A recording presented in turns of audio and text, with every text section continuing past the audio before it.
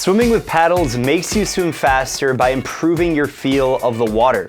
You can think of swimming with paddles like lifting weights in the weight room. This added resistance helps you develop strength and power. In this video, I'm going to talk to you about the few different types of paddles, why you should use them, and most importantly, how you can train incorporating paddles into your workout routine. And we're going to walk through an example workout and show you all the details that you need to pay attention to swim faster and smarter than ever before. So let's go ahead and start out by talking about the different types of paddles.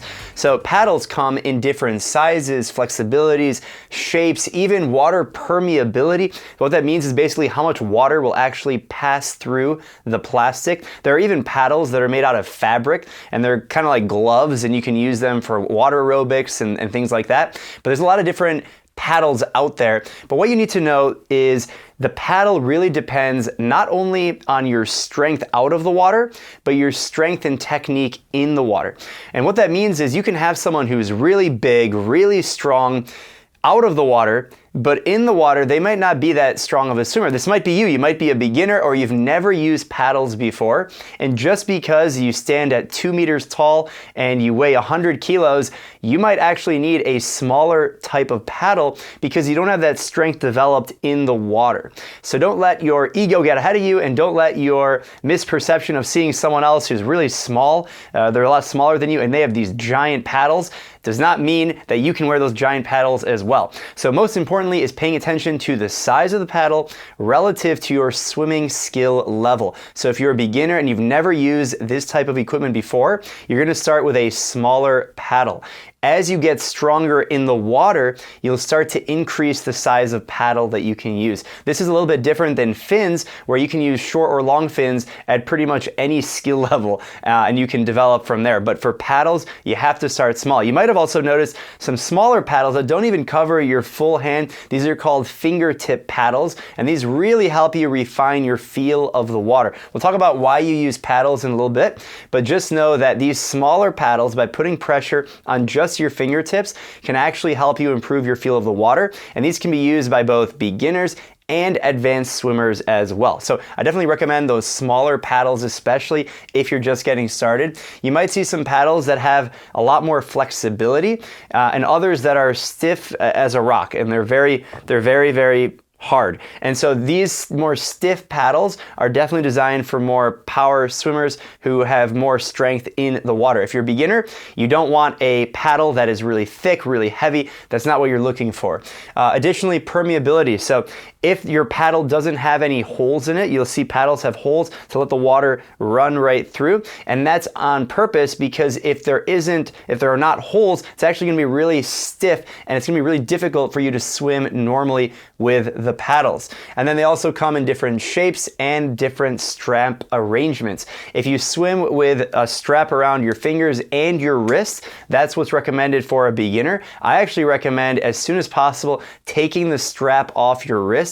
That way you can start to get a little bit more nimble and control with your hand in the water.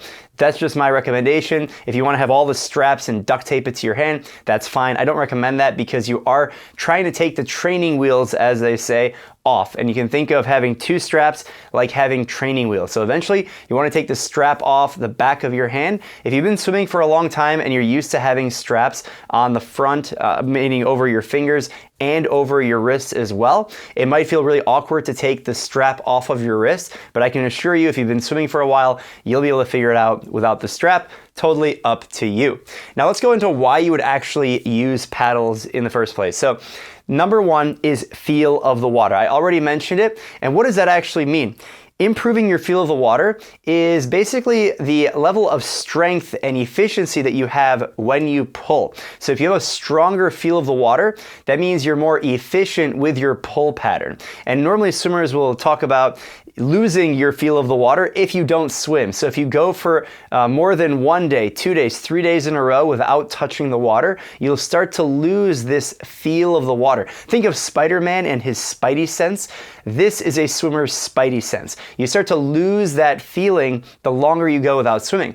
And when you swim with paddles, it can actually strengthen that feel of the water, because it's positioning your hand in the water in a way that increases the total surface area of which you can pull with. fluid. Remember, in swimming, there's only two ways to get faster. Number one, you decrease drag, and number two, you increase propulsion.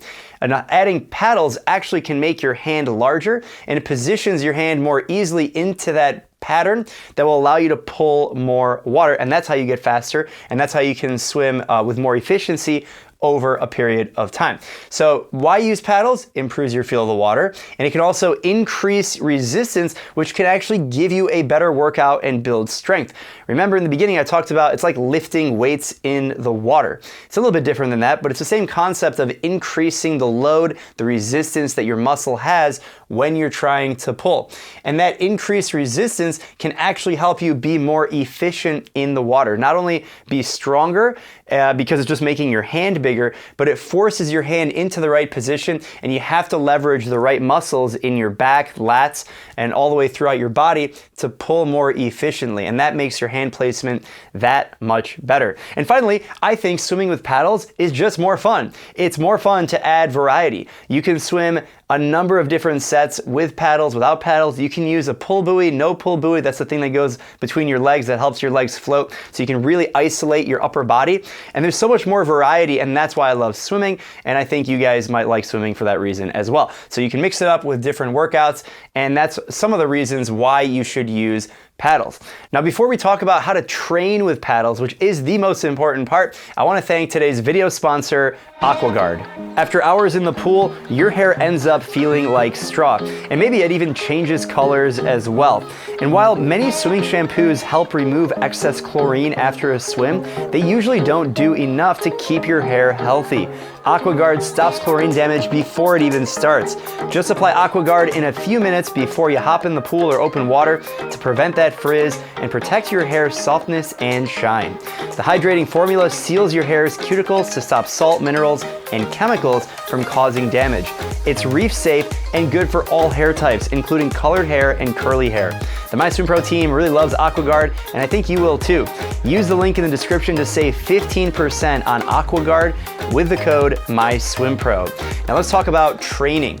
It's really important that you start small. I already mentioned that. You want to build your paddle size over time, and it might take months, if not years, to eventually work your way up. And I actually recommend having multiple pairs of paddles, so that way you can vary your training. We'll talk about that a little bit in this workout, but what I mean by that is if you're doing a longer aerobic swim where your stroke tempo is going to be slower or lower, you can have bigger paddles, pull more water, have a slower stroke tempo.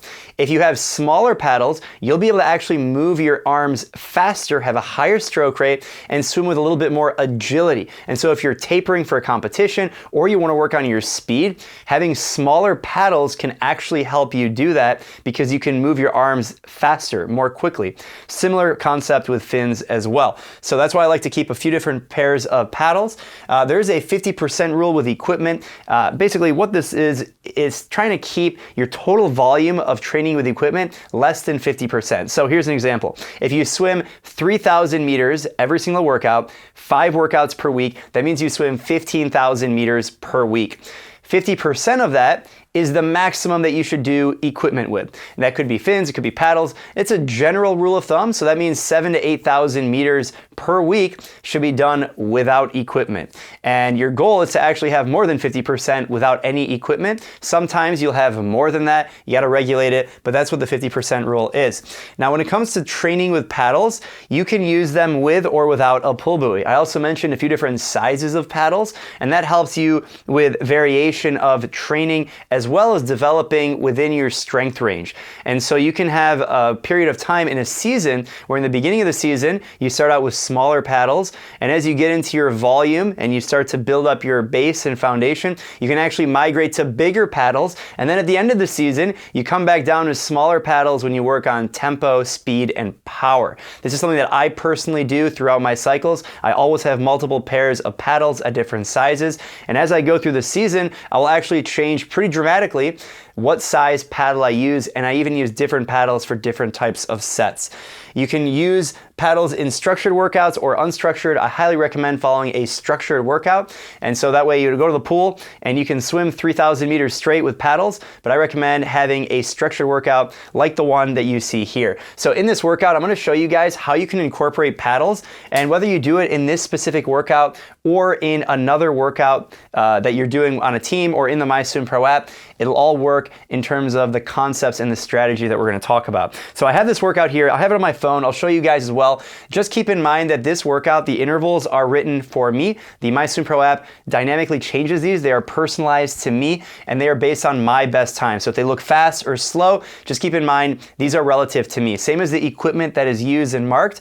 We're gonna talk about that. So we start out with a warm-up. It's a 300 freestyle, nice and easy. That's on the 5-minute. Then we're gonna go 650s kick. These are gonna be descend. I actually have them 450 here in the app, but same concept. We're gonna do some 50s, descend, and that means you get faster on each one. You can see the recommended times here in the app. Then we're gonna go 650s drill. This is one of my favorite drills. You're gonna use fins and paddles, and what you're trying to do is you're trying to swim 2 50s with your right fin and your left paddle. So you're actually only gonna swim with one paddle and swim with one fin, and you're gonna do that for 2 50s. This is working on stability and improving your feel of the water.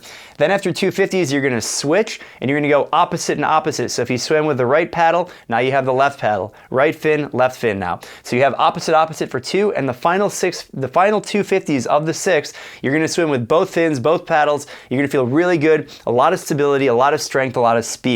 Try and have a really good technique on that. Now we're gonna go into the main set, which is my favorite kind of main set. We are going 4 rounds where we go a 200 pull. That's gonna be billed with paddles and a buoy. So we are really focusing on developing strength here in the main set after the warm-up. Then we have 450s freestyle descend 1 through 4, no equipment. These are all natural. We're trying to get some speed going.